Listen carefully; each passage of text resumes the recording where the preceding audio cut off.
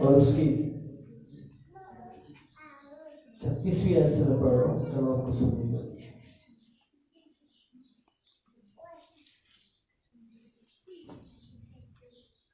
36 वर्ष। लेकिन मेरे पास जो गवाही है वो यूहन्ना की गवाही से बड़ी है, क्योंकि जो काम बाप ने मुझे पूरे करने को दिए, यानी यही काम जो मैं करता हूँ, मेरी गवाह है कि बाप ने मुझे भेजा, और बाप जिसने मुझे भेजा उसने मेरी गवाही दी है।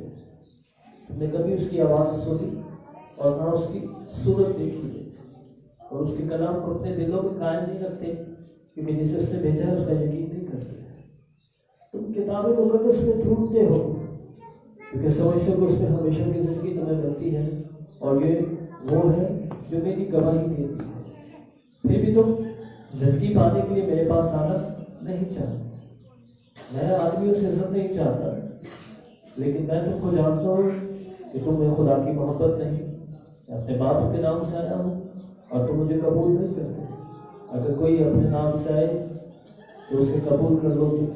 तुम जो एक दूसरे से इज्जत चाहते हो, और वो इज्जत जो खुदा वाहिद की तरफ से होती है नहीं चाहते, क्योंकि ईमान ला सकते। ये ना समझो कि मैं बाप से तुम्हारी शिकायत करूँगा। तुम्हारी शिकायत करने वाला तो है, यानी मूसा, जिस पर तुमने उम्मीद लगा रखी है। क्योंकि अगर तुम मूसा का यकीन न करते तो मेरा भी यकीन करते, इसलिए उसने मेरे हक में लिखा है। लेकिन जब तुम उसके रविश्तों का यकीन नहीं करते तो मेरी बातों का यकीन क्यों कर करोगे? कलाम के पढ़े और सुने जाने की बरकत हम सबको।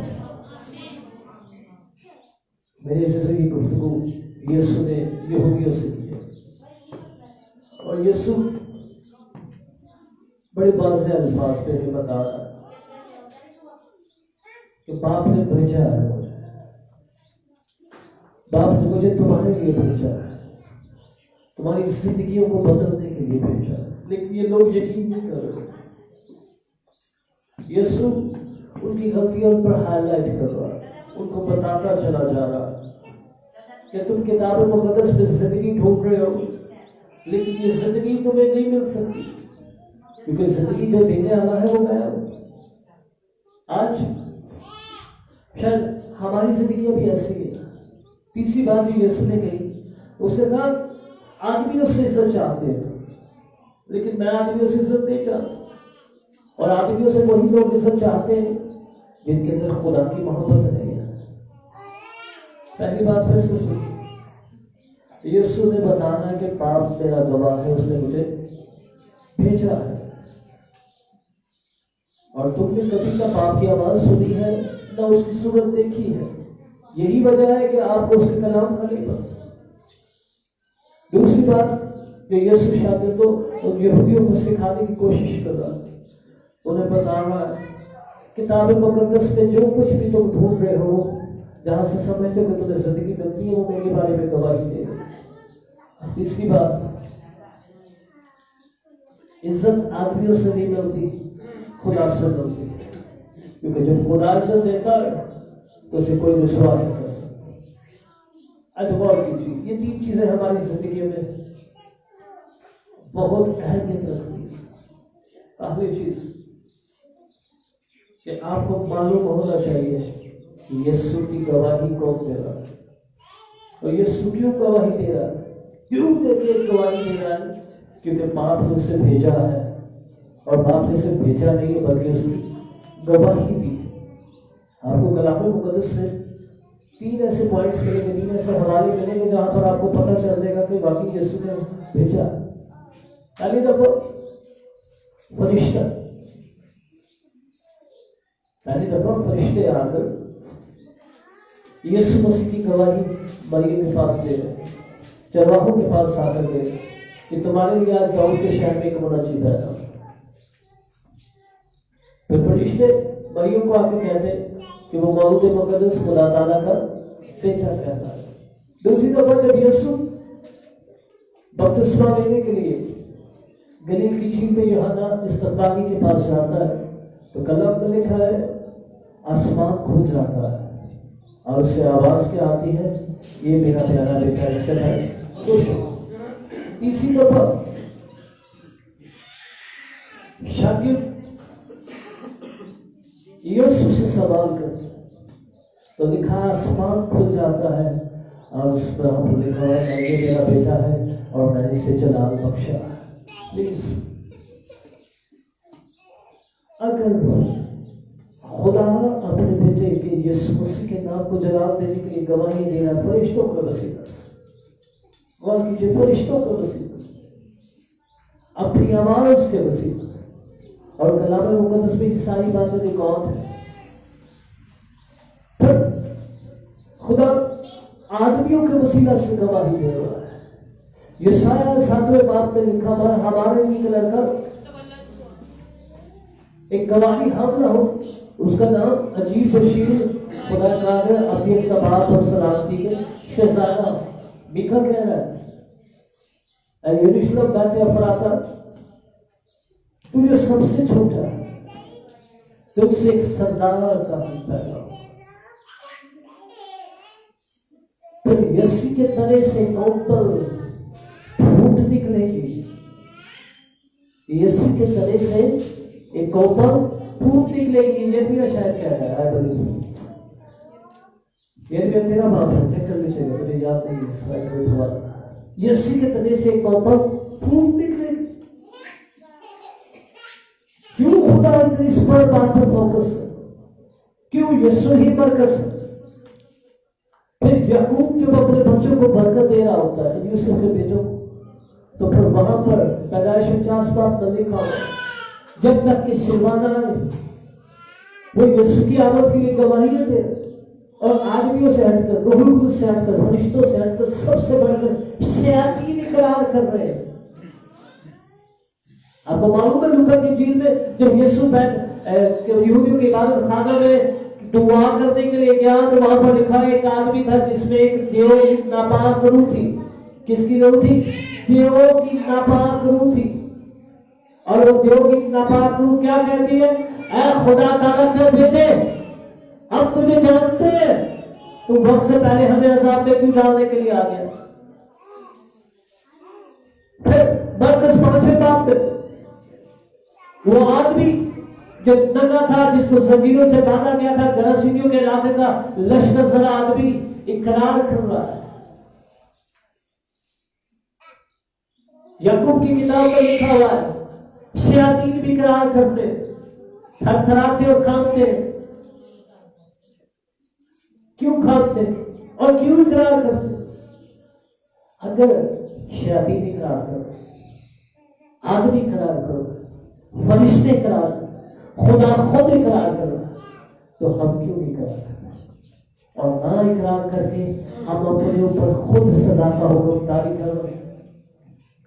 रोमी 8वें बाब में लिखा हुआ है अब जो मसीह यीशु में है उन पर सजा का हुक्म नहीं है। मैं अक्सर हैरान होता हूँ जब कोई बीमार होता है और जब मैं उनसे कहता हूँ ये शैतान ने बजा है तो बड़े हैरान होकर कोई देख रहा है। तो प्लीज खुदा के लोगों का नाम सुनने वालों, क्या आपकी समझ में ये बात आती है कि खुदा ने साढ़े पे जुल्म कर, कि खुदा ने सानू बने, खुदा ने बदीते पाया? अगर खुदा ने बदीते पाया तो फिर बेटा क्यों बच गया? चुप चुप के बाहर ठाड़ गया, उठ तेरे गुनाह माफ हुए, चल फिर। प्लीज इस बात को अंडरस्टैंड कीजिए। चोर इसलिए आता है कि चुराए, मार डाले और हलाक करे। ये यीशु सिखा रहा है।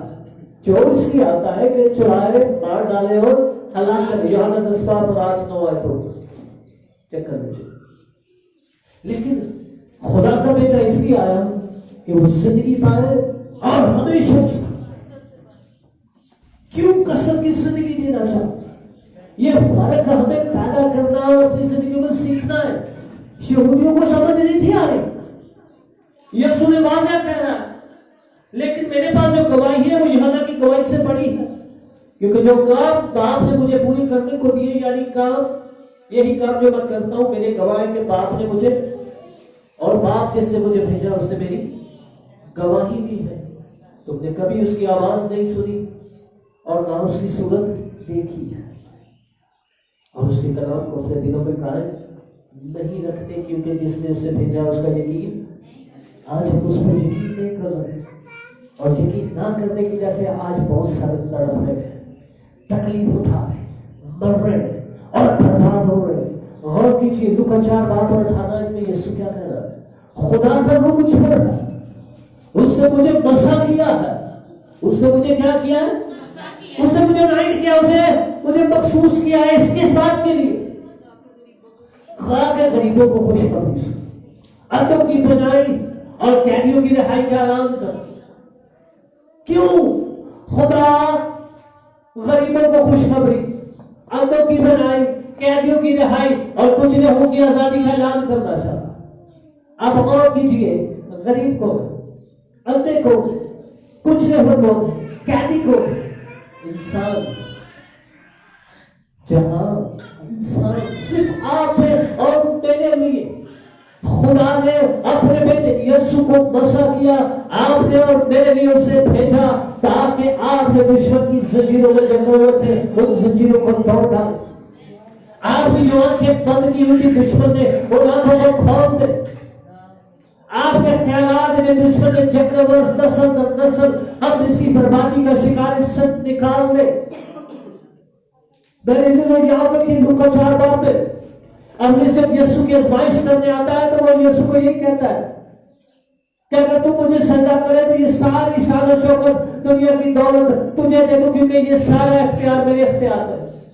ऐसे ही लेकिन मरकज 16 में यीशु कुछ और कहता है। यीशु कहता है अब जमीन और आसमान का कुल इख्तियार मुझे सौंप दिया गया है। अब पावर्स एक्सचेंज हो चुकी है। अब आपको इब्लीस को सजदा करने की जरूरत नहीं है। अब आपको इब्लीस की बातें मानने की जरूरत नहीं है, क्योंकि अब उसके पास पावर नहीं है। वो आपको शान शौकत दौलत नहीं दे सकता, क्योंकि उससे इख्तियार खुदा के बेटे यीशु मसीह ने छीन लिया है। अगर आज भी आप यीशु को रद्द करके दुनिया को अपना रहे तो अपने साथ धोखा कर रहे, अपने आप को चीट कर रहे, क्योंकि बाप अपने बेटे की गवाही दे रहा है, बाप उसके लिए बोल रहा है, बाप दुनिया को बता रहा है कि यीशु दुनिया का नूर है। और कलाम में लिखा है जो कोई नूर की रोशनी में चलता है वो कभी ठोकर नहीं खाता। प्लीज ठोकर मत खाइए। खुदा के लोगों आपको इसकी कलाम सुनाया जा रहा है कि आप इस ठोकर से निकल आइए और इससे जानिए कि वो यीशु जो मर गया था, वो जो जी उठा था, वो अपने शागिर्दों को, अपने ईमान लाने वालों को सिखा रहा है कि दुनिया का आसमान और जमीन का कुल इख्तियार मुझे सौंप दिया गया। इसलिए तुम जाकर सब खल्क के सामने अंजील की मनादी करो, उनको निजात का पैगाम दो। जो ईमान लाए वो निजात पाएगा। अगर आप ईमान लाते हैं तो आपकी जिंदगी में निजात का काम होगा, क्योंकि रोमियो उसके 10वें बाब में लिखा हुआ है, उसकी 8वीं आयत में ईमान दिल से लाया जाता है और इकरार जुबान से किया जाता है। और क्या इकरार करना लिखा है? अगर तू दिल से ईमान लाए कि यीशु खुदा का बेटा है और अपनी जुबान से इकरार करे तो तू निजात पाएगा। हालेलुया। अगर आप खुदा के बेटे यीशु का इकरार करते हैं ताकि बात का फिर मारो।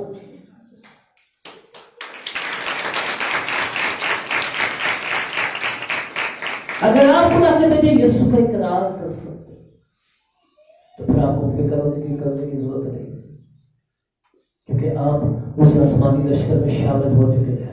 वो काशा 5वें बाब को पढ़े, वहां पर लिखा वो बगैर आराम किए, बगैर आराम किए रात दिन सिर्फ एक ही बात का इकरार करें कि अज़ल से ज़बा किया हुआ बड़ा ही कुदरत, ताकत, इज्जत और हशमत और बुजुर्गी के लायक है।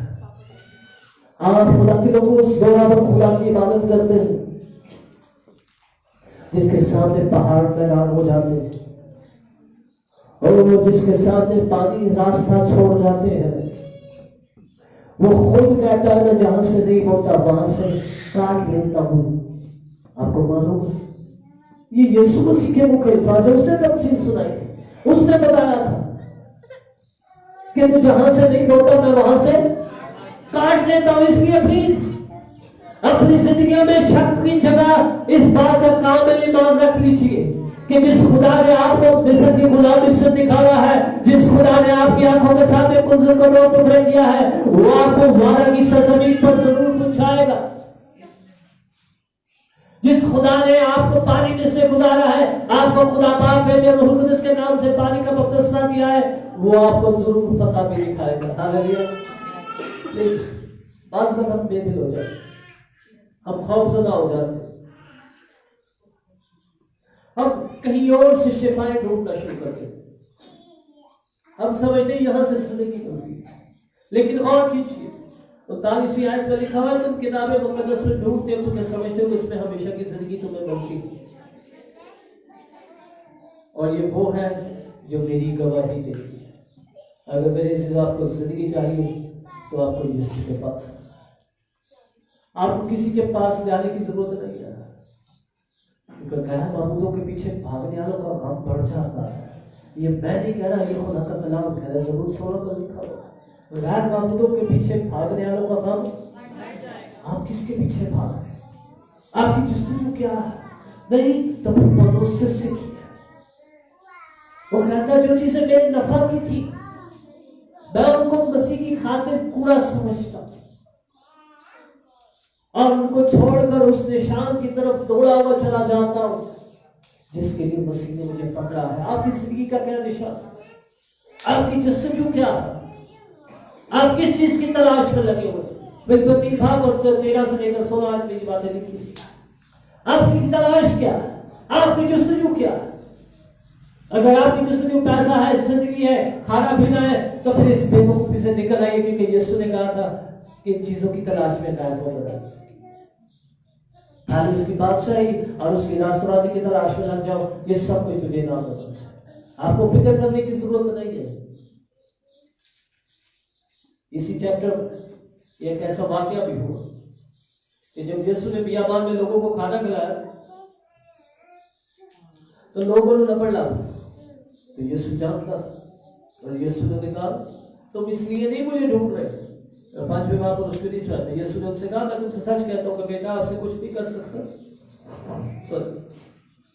छठे बार पर और उस 26 आयत में यीशु ने उनसे जवाब में कहा मैं तुमसे सच कहता हूं तुम मुझे इसलिए नहीं ढूंढते कि मौत से देखें, बल्कि इसलिए कि रोटियां खाकर से। आज बहुत सारे लोग ये समझते हैं कि सिर्फ खाने पीने से जिंदगी मिलती, अच्छा पहनने से जिंदगी मिलती, अच्छा घर हो तो फिर जिंदगी मिलती। हमारी जिंदगी में खुशियां सिर्फ पैसे से, दौलत से और दुनियावी चीजों से, लेकिन ये एक धोखा है, इससे निकल आए। अगर आपको कोई चीज जिंदगी देती है तो फिर छठे बाब और उसकी 26वीं से लेकर 40वीं आयत तक जरूर पढ़िएगा घर जाकर। यहाँ पर यीशु बड़ी डिटेल से बता रहा है कि आसमान से उतरी हुई रोटी मैं हूं, और ये वो रोटी है जो तुम्हें जिंदगी देती है। कोई दूसरी चीज आपको जिंदगी नहीं दे सकती। अगर यीशु जिंदगी दे सकता ना दे सकता तो फिर वो कभी भी यार की बेटी को जिंदा न करता। अगर यीशु जिंदगी ना दे सकता तो कभी भी उस मफलूज को जिसके दोस्तों ने चारपाई छत खोलकर चारपाई के नीचे लटका दिया था, यीशु के सामने लटका दिया था, कभी जिंदगी ना देता।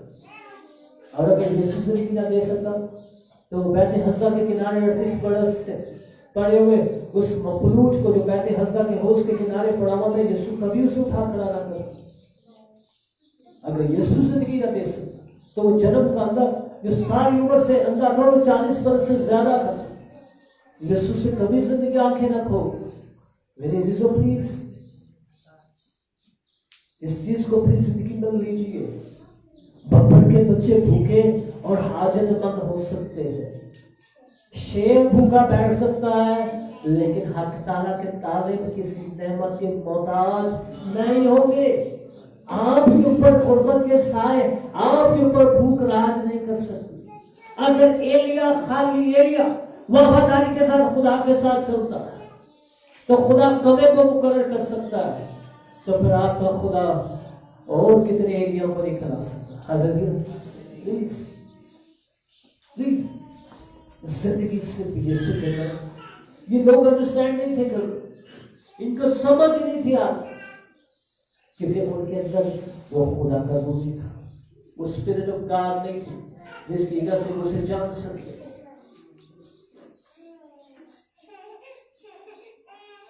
क्योंकि हो नहीं सकता कि जब तक खुदा किसी को ना बुलाए उसकी जिंदगी ऐसे हो सकती। बेशक एक हवाला खोलिए 6वां बाब, यूहन्ना के लिए उसका 6वां बाब और उसकी 44वें आयत।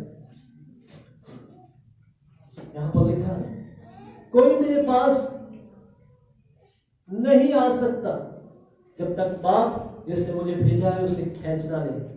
मैं उसे आखिरी दिन फिर जिंदा करूंगा। गौर कीजिए, खुदा एक सच्चाई मेरे और आपके लिए खोल रहा है। कोई मेरे पास नहीं आ सकता जब तक बाप जिसने मुझे भेजा उसे खींच ना ले। कोई आपके पास नहीं आ सकता। कोई शख्स आपकी जिंदगी में दाखिल नहीं हो सकता। कोई भी यीशु मसीह के पास नहीं आ सकता जब तक बाप उसे खींच ना ले। प्लीज, ये आप खुद नहीं आए हुए, आपको यीशु ने अपने जलाल के लिए बुलाया है। और यही वजह है कि आपकी जिंदगी बड़ी कीमती है। बाज़ औक़ात हम इस कॉलिंग को अंडरस्टैंड नहीं करते, हम इस बात को समझ नहीं पाते। इस बात को समझने के लिए एक छोटी सी बात पर गौर कीजिए। पैदाइश की किताब उसके 4वें बाब और उसकी 13वीं 14वीं 15वीं आयत को पढ़िए। वहां पर खुदा जब काहिन को हाबिल के कत्ल की वजह से, जब खुदा काहिन को हाबिल के कत्ल की वजह से लानत भेजता तो काहिन चिल्ला उठता और कहता है, अगर मैं तेरी नजर से रूपोश हो जाऊंगा, अगर तेरा हाथ मेरी जिंदगी से उठ जाएगा, तू मुझसे दूर चला जाएगा, तो मैं जमीन पर आवारा और खाना खराब होगा, और जो कोई मुझे पाएगा वो कत्ल कर डालेगा, मार डालेगा। मेरे जो आज बहुत सारी ऐसी जिंदगी, बहुत सारे ऐसे खानदान जो इसकी खाना खराब और आवारा गर्द हुए हैं, जिनकी जिंदगी सिर्फ तबाही और बर्बादी की अलामत है, जिनकी जिंदगी मुंह बोल की गुर्बत और दुखों से भरी हुई है, पछतावे की जिंदगी। उसकी एक ही वजह है, क्योंकि वो खुदा से दूर है। खुदा ने उन्हें रद्द कर दिया। आपको याद फिर संजय की बहन आई थी जो चिल्ला रही थी, अब खुदा का शुक्र वो ठीक है, लेकिन उसकी गवाही सुन के मैं हैरान हो गया। उससे कहा हमारे घर के ये हालात है कि पूरा पूरा हफ्ता हमारे घर सालन नहीं था। बाज़ औक़ात हम रोटी के लिए बैठे रहते। वजह 35 साल से उसके मुंह के बकौल, 35 साल से उसके अंदर ये चीजें काम कर रही है। उसका बाप कार्यालय करता था, उसके बाद उसका भाई करता था, आगे खोज नहीं लगी। और सिर्फ यही बहन बीमार नहीं थी, बल्कि इसके बच्चे भी बीमार थे, इसका सारा खानदान भी बीमार। रेलवे की परमानेंट जॉब करता है उसका शौक, रेलवे की परमानेंट जॉब, ट्रैवलिंग उनकी फ्री है, लेकिन घर में भूख नहीं खत्म हुई। कमाने में बहुत साल है, लेकिन पता नहीं चला उसकी बड़ी वजह देयर इज नो गॉड। खुदा ने उन्हें खींचा ही नहीं था अभी तक, और खुदा ने खींचने की ना वजह से शैतान ने उनका खाना खराब कर दिया, उनको आवारा करके बना दिया। मेरे अजीजों, यीशु फिर से कह रहा है, तुम किताबें मुकद्दस में जिंदगी ढूंढते हो, लेकिन तुम्हें नहीं मिलती। क्यों नहीं मिल रही? आज बहुत सारे लोग कहते हैं ऐसे कोई गुनाहगार अरे कुछ नहीं किया ही ठीक था, मेरा गुनाह किया ये अपनी जिंदगी जी लिया, हर किसी ने मेरा पैड़ा किया। अब जो कुछ मर्जी कर रहे हैं, अगर आपकी जिंदगी में यीशु नहीं है तो आप खतरे में हैं। दुश्मन ने आपको अपने टारगेट पर रखा हुआ, और जिस दोस्त ने आपको स्नैच कर लिया, जो कुछ आपका है वो आपसे छीन लिया जाएगा, क्योंकि आपकी रखवाली कोई नहीं कर रहा। आपकी तसल्ली है, आपकी जिंदगी की जमानत सिर्फ एक ही है, और वो खुदा का बेटा यीशु है। वो आपके खानदानों की सलामती, वो आपके घरानों की सेहत, वो आपकी औलाद को जिंदगी बख्शने वाला। नहीं तो ज़बूर 103 पढ़े, वहां पर लिखा है, वो उम्र भर तुझे अच्छी अच्छी चीजों से आसूदा करता है। कौन आसूदा कर रहा है? और एक दिन निकाल नहीं, वो उम्र भर तुझे अच्छी चीजों से आसूदा करता है। चलिए स्टार्ट में यूं दिखाया, मेरी जान खुदा को मुबारक कह, उसकी किसी नेमत को फरामोश वो तेरी सारी बदकारी माफ कर दे, वो तुझे तमाम बीमारियों से रिहाई बख्शे। कौन है जो माफ कर रहा है? कौन है जो रिहाई बख्श रहा है? कौन है जो जिंदगियां बदल रहा है? वो एक ही है और वो खुदा का बेटा यीशु है। हालेलुया। इसलिए प्लीज मेरी आपसे रिक्वेस्ट है, अपने बर्तन भाई की तरह यीशु को ना बदल जाने दीजिए, उसे रोक लीजिए, उसे मजबूर कीजिए, उसके लिए चलाइए, आवाजें दीजिए। लेकिन अफसोस है आज बहुत सारे जो चुने गए, जो मखसूस हुए, वो उसकी कदर को जानते नहीं, उन्हें पता नहीं था टाइम की ये चर्च वो हर बार ये अच्छा,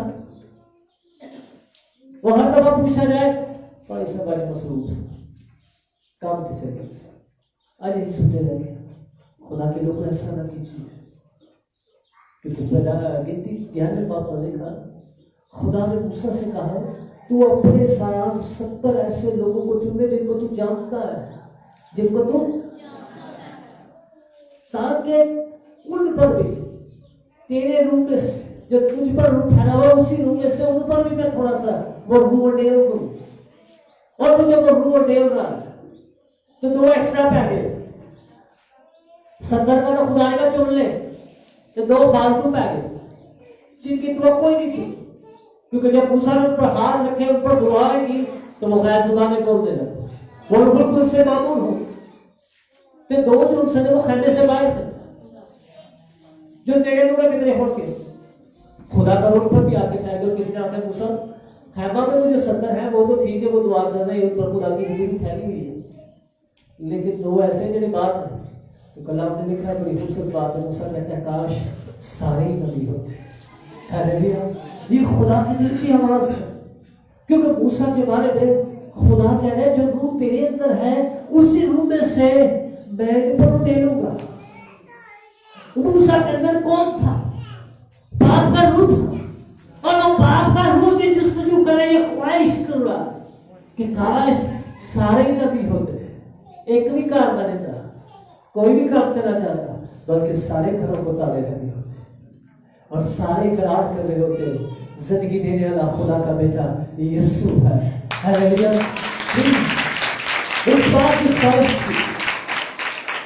इस बात की तड़प लीजिए, और ये तड़प आपके अंदर उस वक्त ही आएगी जब आप खुदा के रूह के साथ हम पैदा हो जाएंगे, उसके ताबे हो जाएंगे। याद रखिए मेरे से यहाँ 16 बार और उसकी 14 में लिखा है, यीशु ने कहा वो रूह है जब आएगा तो तुम्हें आने वाली बातों की खबर देगा, वो मुझसे ही मालूम करके तुम्हें आने वाली बातों की खबर देगा। रूह कुदस आपको डायरेक्शन देता है, रूह कुदस आपको लीड करता है, लेकिन ये लीडिंग उस वक्त आती है जब आप आदमियों से इज्जत नहीं चाहते, बल्कि खुदा की तलब के और खुदा की इज्जत के ताल्लुक में आते। याद रखिए इब्राहिम की 6 बात उसकी 4 में लिखा हुआ, ये इज्जत आदमी को खुद नहीं बल्कि खुदा की तरफ से है। ये खुदा इज्जत देता है। हारून की तरह ये इज्जत आदमी खुद नहीं लेते, बल्कि खुदा की तरफ से उन्हें ये इज्जत ये ऑनर मिलता है। खुदा ने ये आपको शर्फ बख्शा हुआ है। ये टाइगर की बात नहीं है कि मैं पास्टर इसलिए मैं कलाम सुना रहा हूं, मैं पास्टर इसलिए मैं दुआ कर रहा हूं, मैं वर्शिपर में इसलिए गीत गा रहा हूं। मैं बहुत सारे टाइटल वालों को जानता हूं जिनके नामों के साथ pastor, bishop, reverend, great man of God, लेकिन दुआ भी नहीं करनी है। ये दुआ करने में जिन पता लगे तो बच्चे भी सिखा दे सकते, क्योंकि टाइटल नहीं, टाइटल तो दुनिया में लोगों के लिए दिखावे के लिए हमने रखा हुआ, बहबाजी टाइटल नहीं है बल्कि स्टेटस है। खुदा की कुदरत अगर आपकी जिंदगी में बनाकर ठहरी हुई है तो फिर खुदा आपको फैला देगा। मैंने ऐसी ऐसी गवाहियां देखी है, पादरी अपनी चर्च से किसी पेपर को कॉल करके आता, भाई जी गाल सुनो बदबू आ गई है, जानने की कुछ याद हो भाई उन्होंने की टाइटल भाई ने कहा दुआ को आती, ये हकीकत है। वो जब क्योंकि अय्यूब ने खुदा के रूप को पहचान लिया है, लेकिन पापी साहब ने नहीं पहचाना। प्लीज इसलिए टाइटल के पीछे नहीं भागना, उसके मसा के पीछे भागिए। सारे उल्ट जाते हैं।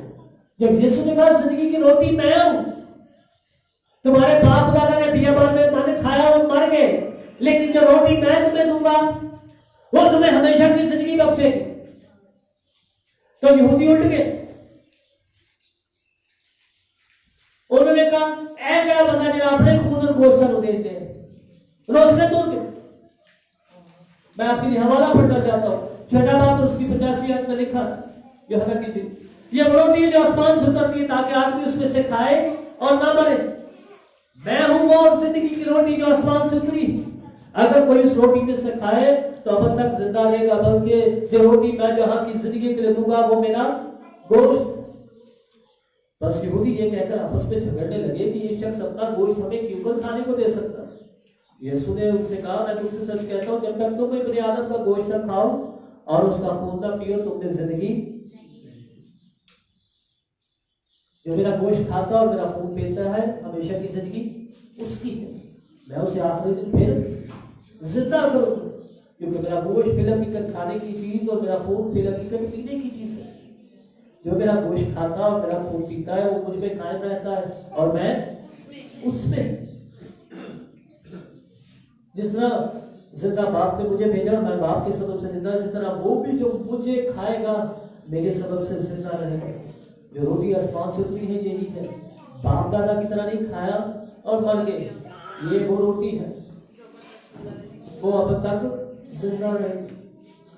ये बातें उससे कफरनहूम के इबादत खाना में तालीम देते वक्त कलाम सुनाते वक्त कह रहे। आगे क्या हुआ? इसलिए उसके शागिर्दों में से बहनों ने ये सुनकर कहा, ये कलाम नागवार, इसे कौन सुन सकता है। यीशु ने अपने जी में जानकर कि मेरे शागिर्द आपस में इस बात पर बुड़बुड़ाते हैं, उनसे कहा, क्या तुम इस बात से ठोकर खाते हो? अगर तुम इब्ने आदम के ऊपर जाके देखोगे क्या वो पहले तो क्या होगा? जिंदा करने वाली तो रूह है। और 66वीं आयत में लिखा है, इस पर उसके शागिर्दों में से बथेरे उल्टे फेंके और उसके बाद उसके साथ ना रहे।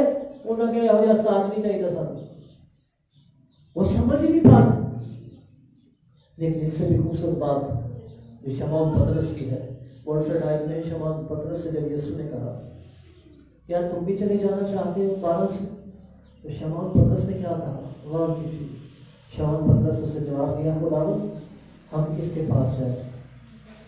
हमेशा की जिंदगी की बातें तो तेरे पास है। हालेलुया। हम वो लोग हैं जो सारी दुनिया उठ जाए, लेकिन खुदावंद हम तुझसे दूर नहीं जाने वाले, क्योंकि हमेशा की जिंदगी की बातें तेरे पास है। हालेलुया। लेकिन जो अहमियत नहीं यीशु ने क्या ही, तो पतरस है और मैं इस पत्थर पर अपनी कलीसिया बनाऊंगा और रात में अरबा के दरवाजे तुझ पर गालिब नहीं आएंगे। हालेलुया। शैतान की कोई कुव्वत आप पर गालिब नहीं आएगी। क्यों गालिब नहीं आएगी? क्योंकि आप इकरार कर रहे हैं। मत्ती 16:16 में यही तो इकरार था पतरस का। उसने कहा तू खुदा का बेटा मसीह है। तो फिर उसका जवाब क्या मिला? कोई चीज तुझ पर गालिब नहीं आएगी। दुश्मन की जितनी आर्मी है वो कभी तुझ पर हमलावर नहीं हो सकेगी, क्योंकि खुदा तेरी ऐसी रखवाली करेगा कि तेरे फाटक पर, तेरे दरो दीवार पर मौत नहीं आएगी। ये दाऊद ने मुकाशवा पहले बयान कर दिया था, जो हक ताला के पर्दा पर रहता है वो कातिल उठने के साए में सुकूनत करता है।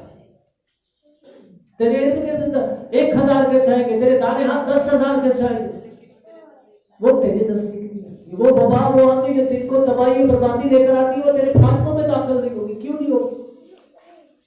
क्योंकि वो उनके पास खुदा का पैगलिश, जिंदा खुदा का मुकाशवा है। उन्हें दुनिया की इज्जत की फिक्र नहीं है कि कौन सा इज्जत करता है, कौन सा वो अच्छा कहता है, कौन पैड़ा मैटर ये करता है वहां पाउडर करता है कि नहीं करता। प्लीज इस बात को अपनी जिंदगी में लीजिए। ये तीसरी चीज थी, ये तीसरी सच्चाई थी कि यीशु ने इन लोगों पर जाहिर की। उसने कहा तुम दुनिया से आदमियों से इज्जत चाहते हो, आपने आदमियों से इज्जत नहीं चाहिए, हमें बाप से इज्जत चाहिए। बाप हमें कहे कि ये बात खून और गोश्त नहीं, बल्कि मेरे बाप के रूह ने तेरे अंदर डाली था। हालेलुया। और फिर खुदा के लिए कलाम करेगा, खुदा के लिए बोलेगा, और कोई चीज आप पर गालिब नहीं आएगी। हालेलुया। आइए साबित करिए, आइए गवाही दीजिए, आइए यीशु के नाम को जलाल दीजिए। मरकज के दिन उसके 16 बाब और उसकी 18वीं आयत में लिखा है, वह निकल कर हर जगह गए और कलाम को पेश किया। और जब वो कलाम को पेश कर रहे थे तो लिखा है यीशु ने मौजूद और अजायब के साथ अपने कलाम को साबित किया। हालेलुया। आज हम मौजूद की मुनादी कर करके खाते हैं, तो खुदा ने बड़ी ताकत दी है। मैं दुआ करा तो हो जाता, मैं आज करा तो खुदा का कोई, हम उल्टे चल रहे हैं। यीशु ने कहा तुम जाकर खल के सामने क्या करो, अंजीर की मनादी करो। जब आप अंजीर की मनादी करेंगे तो फिर मुझसे फिर बहाली होगी। लेकिन जब तुम मौजे की मनादी करोगे, ये तो मैं ना करोगे तो फिर कुछ नहीं होगा।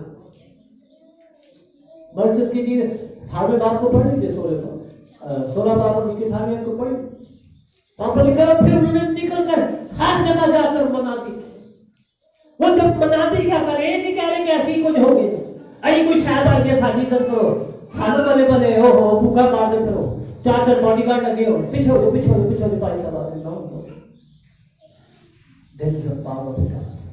खुदा की इज्जत के लायक से की है, और वो खुदा का बेटा यीशु है, और उसे अपने जलाल में किसी और को शामिल नहीं किया। प्लीज, ये काम लूसीफर ने भी किया था।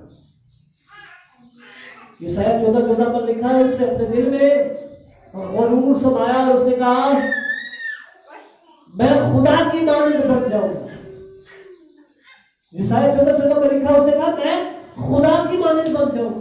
और यही चीज वो आदम और हवा को आपने बता रहा कि तीसरे पाप में उसने कहा कि तुम ही खाओगे तो तुम ही भी खुदा आगे हो जाओगे, तुम ही जो कहोगे होता फिरेगा, हो जाएगा मोजे फिर तो हम यीशु के जो करने की लोड़ है, तो आप ही ਤੁਹਾਡੇ ਤੇ ਦੁਨੀਆ ਚੁੱਕੇਗੀ, ਤੁਹਾਡੇ ਪੈਣੀ ਪਵੇਗੀ।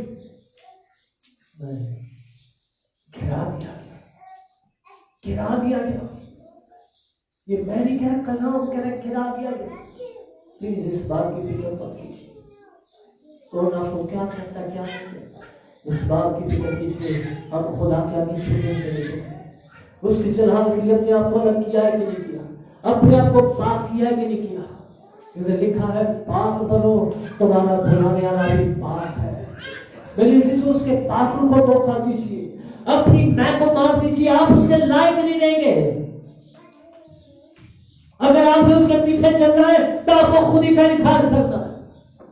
आपको अपनी इज्जत पैसे की फिक्र नहीं करनी, आपको इस बात की फिक्र नहीं करनी कौन क्या कहेगा, आपको इस बात की फिक्र करनी है मेरे यीशु ने कहा है, और आपने सिर्फ यीशु का हुक्म मानना है।